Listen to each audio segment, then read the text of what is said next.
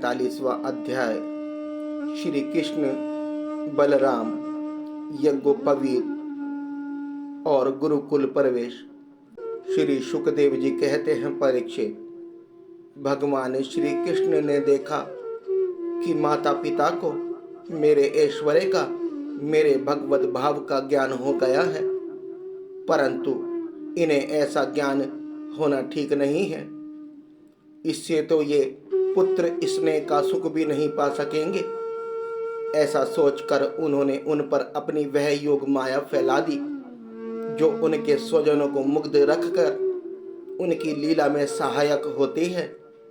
यदुवंश शिरोमणि भगवान श्री कृष्ण बड़े भाई बलराम के साथ अपने माँ बाप के पास जाकर आदर पूर्वक और विनय से झुककर, मेरी अम्मा, मेरे पिताजी, इन शब्दों से उन्हें प्रसन्न करते हुए कहने लगे, पिताजी, माताजी, हम आपके पुत्र हैं और हमारे लिए सर्वदा उत्कंठित रहे हैं।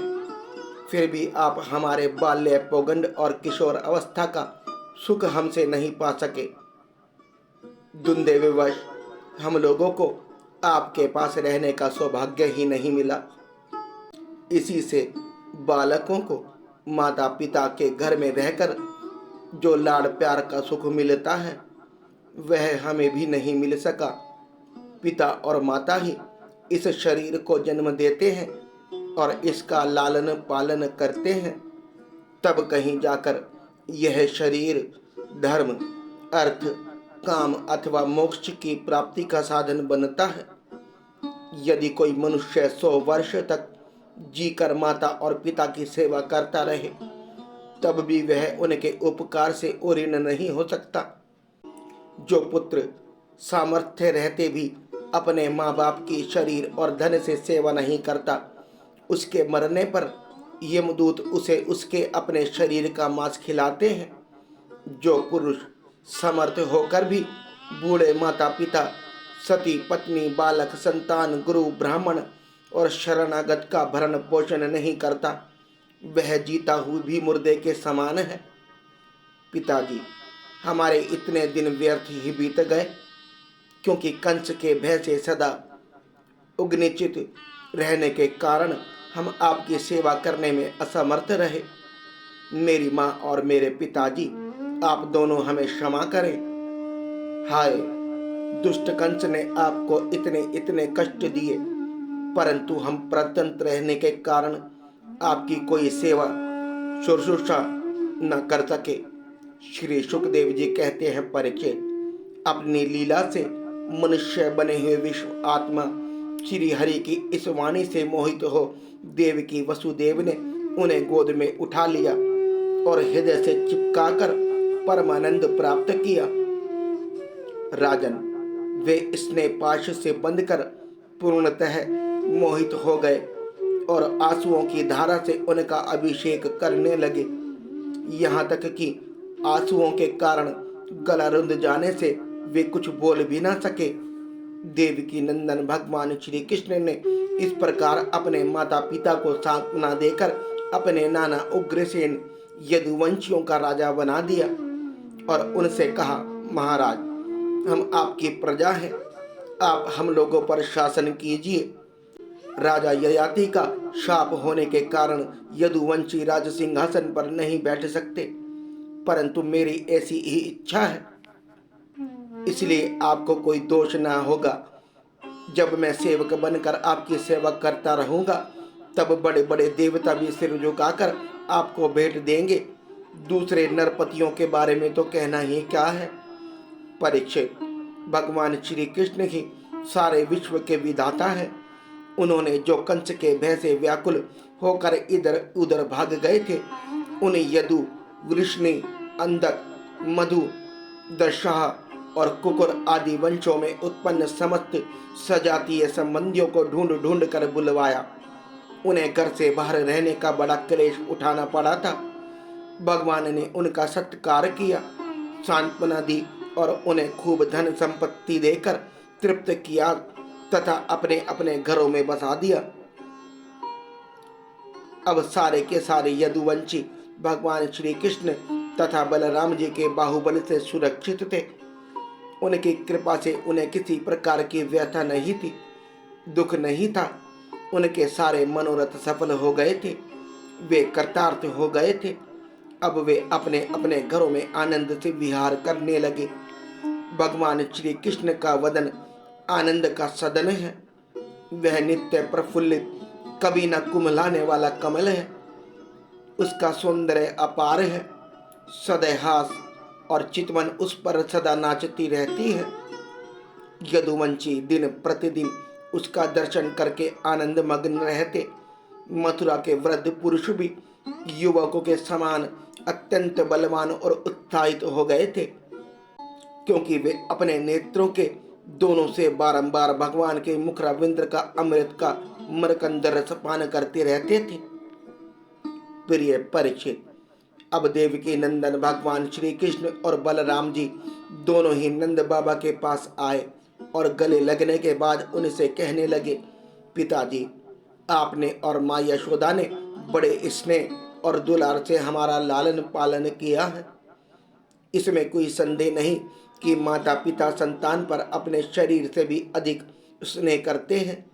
जिन्हें पालन पोषण न कर सकने के कारण स्वजन संबंधियों ने त्याग दिया है, उन बालकों को जो लोग अपने पुत्र के समान लाड़ प्यार से पालते हैं, वे ही वास्तव में उनके माँ बाप हैं। पिताजी, अब आप लोग ब्रज में जाइए। इसमें संदेह नहीं कि हमारे बिना वात्सल्य स्नेह के कारण आप लोगों को बहुत दुख होगा। यहाँ के सुहृद संबंधियों को सुखी करके हम आप लोगों से मिलने के लिए आएंगे।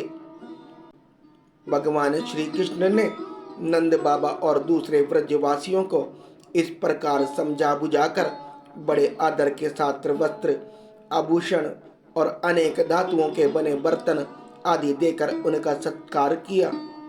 भगवान की बात सुनकर नंद बाबा ने प्रेम से अधीर होकर दोनों भाइयों को गले लगा लिया और फिर नेत्रों में आंसू भरकर गोपों के साथ ब्रज के लिए प्रस्थान किया।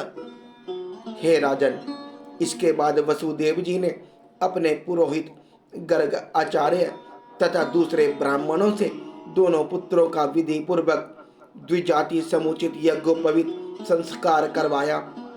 उन्होंने विविध प्रकार के वस्त्र और आभूषणों से ब्राह्मणों का सत्कार करके उन्हें बहुत सी दक्षिणा तथा बछड़ों वाली गौएं दी। सभी गौएं गले में सोने की माला पहने हुए थी तथा और भी बहुत से आभूषणों एवं रेशमी वस्त्रों की मालाओं से विभूषित थी। महामती वसुदेव जी ने भगवान श्री कृष्ण और बलराम जी के जन्म नक्षत्र में जितनी गौएं मन ही मन संकल्प करके दी थी, उन्हें पहले कंस ने अन्याय से छीन लिया था। अब उनका स्मरण करके उन्होंने ब्राह्मणों को वो फिर से दी। इस प्रकार यदुवंश के आचार्य गर्ग जी से संस्कार कराकर बलराम जी और भगवान श्री कृष्ण द्विजवत को प्राप्त हुए। उनका ब्रह्मचर्य व्रत अखंड तो था ही, अब उन्होंने गायत्री पूर्वक अध्ययन करने के लिए उसे नियमित स्वीकार कर लिया।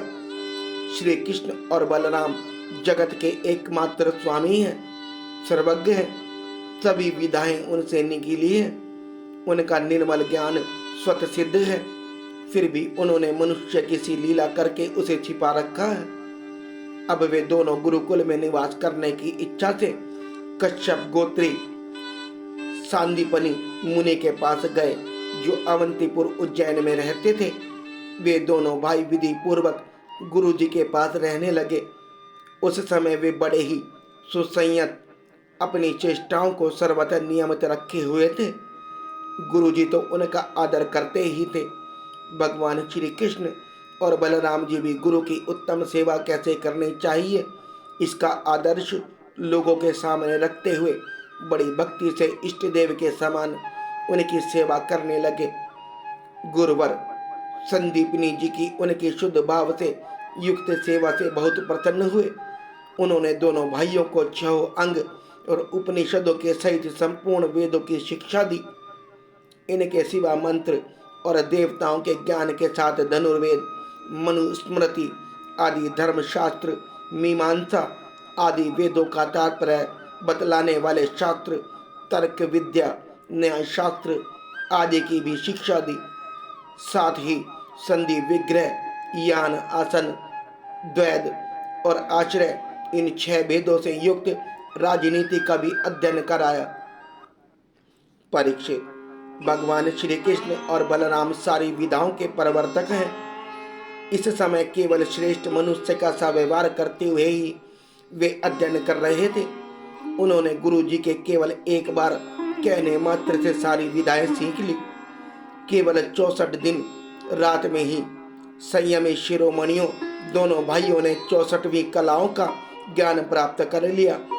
इस प्रकार अध्ययन समाप्त होने पर उन्होंने संदीपनी मुनि से प्रार्थना की कि आपकी जो इच्छा हो गुरु दक्षिणा मांग ले। महाराज, संदीपनी मुनि ने उनकी अद्भुत महिमा और अलौकिक बुद्धि का अनुभव कर लिया था, इसलिए उन्होंने अपनी पत्नी से सलाह करके यह गुरु दक्षिणा मांगी कि प्रभात क्षेत्र में हमारा बालक समुद्र में डूबकर मर गया था, उसे तुम लोग ला दो। बलराम जी और श्री कृष्ण का पराक्रम अनंत था, दोनों ही महारथी थे। उन्होंने बहुत अच्छा कहकर गुरु जी की आज्ञा स्वीकार की और रथ पर सवार होकर प्रभात क्षेत्र में गए। वे समुद्र तट पर जाकर क्षण भर बैठे रहे। उस समय यह जानकर कि ये साक्षात परमेश्वर हैं, अनेक प्रकार की पूजा सामग्री लेकर समुद्र उनके सामने उपस्थित हुआ। भगवान ने समुद्र से कहा, समुद्र, तुम यहाँ अपनी बड़ी बड़ी तरंगों से हमारे जिस गुरु पुत्र को बहा ले गए थे उसे लाकर शीघ्र हमें दो। मनुष्य वेशधारी समुद्र ने कहा, देवादिदेव श्री कृष्ण, मैंने उस बालक को नहीं लिया है। मेरे जल में 5 जन नामक एक बड़ा भारी दैत्य जाति का असुर शंख के रूप में रहता है। अवश्य ही उसी ने वह बालक चुरा लिया होगा। समुद्र की बात सुनकर भगवान तुरंत ही जल में जा घुसे और शंखासुर को मार डाला, परंतु वह बालक उसके पेट में नहीं मिला। तब उसके शरीर का शंख लेकर भगवान रथ पर चले आए। वहां से बलराम जी के साथ श्री कृष्ण ने यमराज की प्रिय पुरी संयमिनी में जाकर अपना शंख बजाया। शंख का शब्द सुनकर सारी प्रजा का शासन करने वाले यमराज ने उनका स्वागत किया और भक्ति भाव से भरकर विधि पूर्वक उनकी बहुत बड़ी पूजा की। उन्होंने नम्रता से सिर झुकाकर समस्त प्राणियों के हृदय में विराजमान सच्चिदानंद स्वरूप भगवान श्री कृष्ण से कहा, लीला से ही मनुष्य बने हुए सर्वव्यापक परमेश्वर, मैं आप दोनों की क्या सेवा करूं?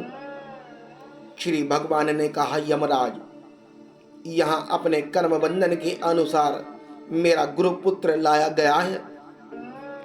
तुम मेरी आज्ञा स्वीकार करो और उसके कर्म पर ध्यान ना देकर उसे मेरे पास ले आओ। यमराज ने कहा, जो आज्ञा, कहकर भगवान का आदेश स्वीकार किया और उनका गुरुपुत्र ला दिया। तब यदुवंश शिरोमणि भगवान श्री कृष्ण और बलराम जी उस बालक को लेकर उज्जैन लौट आए और उसे अपने गुरुदेव को सौंप कर कहा कि आप और जो कुछ चाहे मांग ले। गुरुजी ने कहा, बेटा, तुम दोनों ने भली भांति गुरु दक्षिणा दी, अब और क्या चाहिए? जो तुम्हारे जैसे पुरुषोत्तम का गुरु है उसका कौन सा मनोरथ अपूर्ण रह सकता है? वीरों, अब तुम दोनों अपने घर जाओ। तुम्हें लोगों को पवित्र करने वाली कीर्ति प्राप्त हो। तुम्हारी पड़ी हुई विदा इस लोक और परलोक में सदा नवीन बनी रहे, कभी विस्तृत ना हो। बेटा परीक्षित, फिर गुरु से आज्ञा लेकर वायु के समान वेग और मेघ के समान शब्द वाले रथ पर सवार होकर दोनों भाई मथुरा लौट आए। मथुरा की प्रजा बहुत दिनों तक श्री कृष्ण और बलराम जी को ना देखने से अत्यंत दुखी हो रही थी।